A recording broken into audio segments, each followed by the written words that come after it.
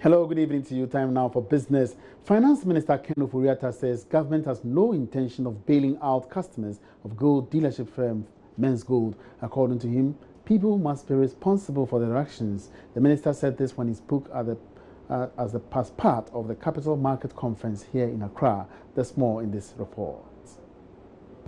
In his presentation as part of discussions for the program, Finance Minister Ken Ofori-Atta indicated why it would not be prudent to bail out customers of Men's Gold. I know the SEC has come down hard and strong and justifiably on Men's Gold, but the issue of a company like Men's Gold is, as I even look at the Ministry of Finance, and I see some people at the Ministry of Finance who have invested there. I look at the Bank of Ghana, and I see some people at the Bank of Ghana who have invested there, and of course the military, etc. So it becomes an issue of greed as a people and our own behavior when we are so clear, as educated as we might be, that when we went there was no license. And we chose them to do that. I think it is not in the place of government to fund or get your money back for you. It was an obvious trap that you went into. But maybe we as an industry should also push the whole issue of education. The third Capital Market Conference brought all players in the capital market to deliberate on issues in the market as well as reflect on 20 years of capital market operations in the country by the Securities and Exchange Commission. The senior minister, Yao Osafo-Maafo, who gave the keynote address, disclosed that government is working to list profitable state-owned enterprises on the Ghana Stock Exchange. Regarding state-owned enterprise, can we explore the question, will there be improved efficiency and profitability if some of them are listed on the Ghana Stock Exchange? Can we enhance good corporate governance with such move? Such move have successfully used in the United Kingdom under Prime Minister Margaret Thatcher. We in Ghana have done so before. In 2001, a strategic partner was identified for Ghana Commercial Bank, and the government was asked under a program to divest 40% of Ghana Commercial Bank to a strategic investor. Director General of the Securities and Exchange Commission, Reverend Daniel Ogbamitete, on his part noted that a lot has happened over the past 20 years and that they are optimistic about the coming years. We can say that there has been a lot that has happened under the watch of the SEC, and we can only look forward to doing better, to building on the successes that have been achieved in the past 20 years to do better. Since I went to SEC, we have indicated that we will be focusing a lot on education, on enforcement, and then market development. I think that as we are able to commit to execute our strategies in these areas, we will see the market moving forward. The conference is expected to resume tomorrow with a focus on corporate governance and funding for capital market development. The Economic and Organized Crime Office, YOCO, has put together a draft paper known as the Client Services Charter to allow clients and the general public an easy path to report suspicious crimes, especially in the financial space. Head of YOCO, ACP Amwa, has been sharing with Joy Business why this is a game changer for anti-graft and other economic crimes.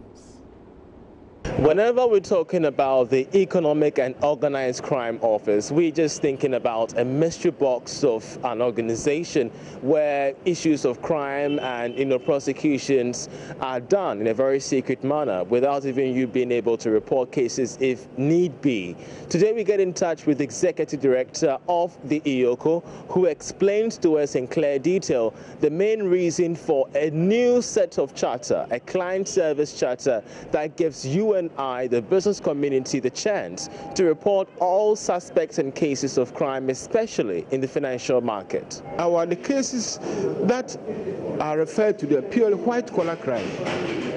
White-collar crime. White-collar crime, it involves high personalities. And these are the people who are very reluctant to go to police station or Yoko for that matter, for investigation to be conducted. And so I don't think there is anything for anybody to fear. The charter will indeed going to open up Yoko to the general public. And do you think this could even in the future, arrest issues related to crime in the financial market? Yes, it will, because it will help you to report the case to us. If you report the case to us and it's well investigated, it will reduce the fraud in the financial market. But if you don't come to report, how do we get it to investigate? That is the point. In fact, we need a cooperation from the public. We need a cooperation from everybody to be able to work. The Director General of the Attorney General's office, who tells us that, of course, from going forward, we should be having a similar model that has been adopted by IOCO to be replicated across several state agencies in the country. The move is simple: to have business associations and individuals like you and I approach them and, of course, report cases of crime. That's if we do suspect them. All ministries have been urged to produce their client service charters, and that flows down to the agencies under the various ministries. So various departments and agencies are also to produce. As at now, I know most of the ministries have, and have even revised them. Like for us, we are in the process of revising. Hopefully by next month we shall be holding a stakeholder conference to look at the revised charter that we have now.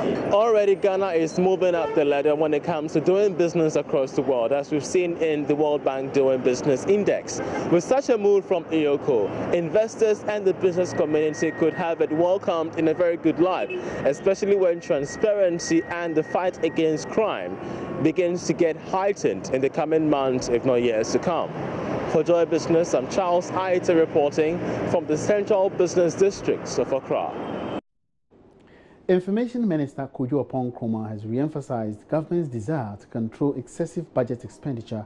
He said this could be achieved through the passage of the Fiscal Deficit Law, which will place a cap on budgeted expenditure. Bismarck Awusa has more in this report. The bill for the proposed fiscal responsibility law, according to government, will be forwarded to Parliament before end of the year. The Minister for Information, Kojo Oppong-Nkrumah, says the law, if passed, will also come with some sanctions to offenders. Putting in place some irreversibility measures, like passing a law on the fiscal deficit cap, that no administration can go beyond 5% of GDP. The deficit should never go beyond 5% of GDP, and possibly even add some sanctions to it as well. The lawmaking process is such that it will go to Parliament. Parliament will have an opportunity to debate it and come up with whatever sanctions we have in mind. But we think that it should just not be a cap, but a cap with sanctions, in the offense, so that people know that there's a consequence for breaching it. The Standard Chartered Bank Budget Forum brought together some management and staff members of the bank, lecturers and students of the University of Ghana. According to the head of corporate affairs, brand and marketing at the Standard Chartered Bank, Esidwa Adai, the Budget Forum sought to whip up interest in the students. They're very interested in what happens in the society. They are interested in what the government does. They are interested in their future and how they would help shape the future of the economy in which they will grow. And so we thought, once the budget is read, why don't we hold a forum like this? Why don't we give them an opportunity to engage with government, to help them understand even what the budget is, to help them understand what their targets are. And that's all we have for you by way of business tonight, but you can have more business when you log on to myjoyonline.com/business. My name is Emmanuel Abuaji. We are